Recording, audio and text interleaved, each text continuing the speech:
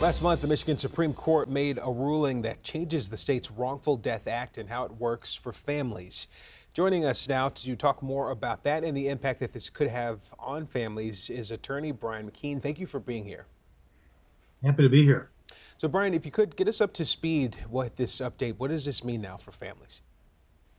Well, in a medical malpractice case, if a child suffers severe injuries that limit their ability to earn a living for themselves, they're entitled to their loss of wage earning capacity. But in the context of a wrongful death statute, we've always believed that the family of the child that dies should be entitled to receive compensation for the loss of that child's wage earning capacity. The defendants shouldn't get a windfall if their negligence was so bad that it caused so much damage that the child died. So historically, the law has been, in the Michigan Supreme Court, in a case in 2004, the Shinholster decision, decided that the estate of the decedent child should get everything the child would have gotten had the child not died. In last week's decision, unfortunately, without even addressing the precedent of the Shinholster case and using what I believe is very flawed statutory interpretation, ruled that no, families are not entitled to receive compensation for loss of a child's earning capacity after they die. It will severely limit the amount of money that families might recover when they lose a child to medical malpractice or to other courts for that matter. That's a big change. Just in terms of the legal world, how are you responding to this and other attorneys just with this decision coming down? Well, I think that the attorneys representing that particular family will be doing a motion for a hearing before the Michigan Supreme Court because we all believe the court made a serious and dreadful mistake in their interpretation of the law. They failed to address the Shinholster case, and I think they gave much too narrow of a interpretation of the statute. The statute was written very broadly. I'd like to read it to you, if I might. In every action under this section, the court or jury may award damages as the court or jury shall consider fair and equitable under all the circumstances, including, and then they enumerate things, medical, hospital, funeral, and burial expenses, compensation for pain and suffering. The legislature never intended to make this an exhaustive list of the things that would be recoverable. It was a list of things that could be compensated, including those. It wasn't meant to be a limitation. It was meant to be something that could be enlarged to give compensation, anything that's fair under the circumstances. And we had a very strong precedent from a very conservative Michigan Supreme Court. One of the most conservative Michigan Supreme Courts ever ruled in the Shinholster decision that, in fact, there should be compensation for loss of wage earning capacity. They should get everything, the family should get everything that they would have gotten had the child not died.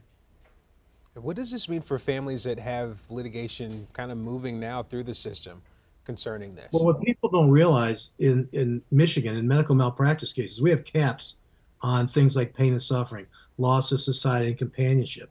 And those caps are very, very low. It's $500,000. It's $1 million under some enumerated circumstances, such as brain injury, spinal cord injury, things of that nature. And that's the most that you can get. So, and it might cost hundreds of thousands of dollars to prosecute a medical malpractice case. They're very expensive to pursue because there's a need to hire expert witnesses. These cases take years to put together.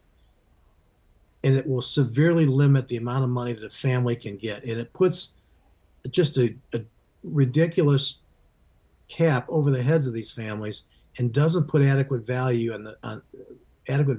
on human life. Yeah, is this something that only applies to the loss of a child specifically or any family member? Well, in the context of an adult that was a wage earner, the family would be entitled to their loss of financial support.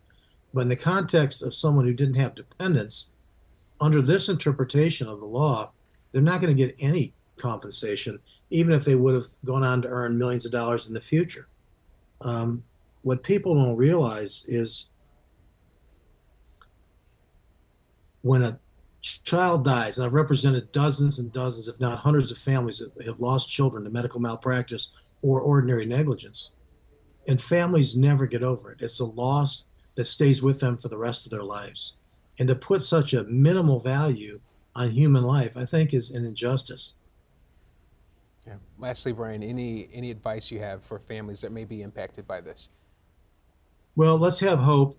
We hope the court will see that they interpret the law incorrectly and they'll reverse themselves when they realize the Shinholzer decision, which should be a binding precedent, is contrary to their ruling in this particular case. And if the Supreme Court doesn't fix it, we're going to ask the legislature to fix it. But this cannot stand.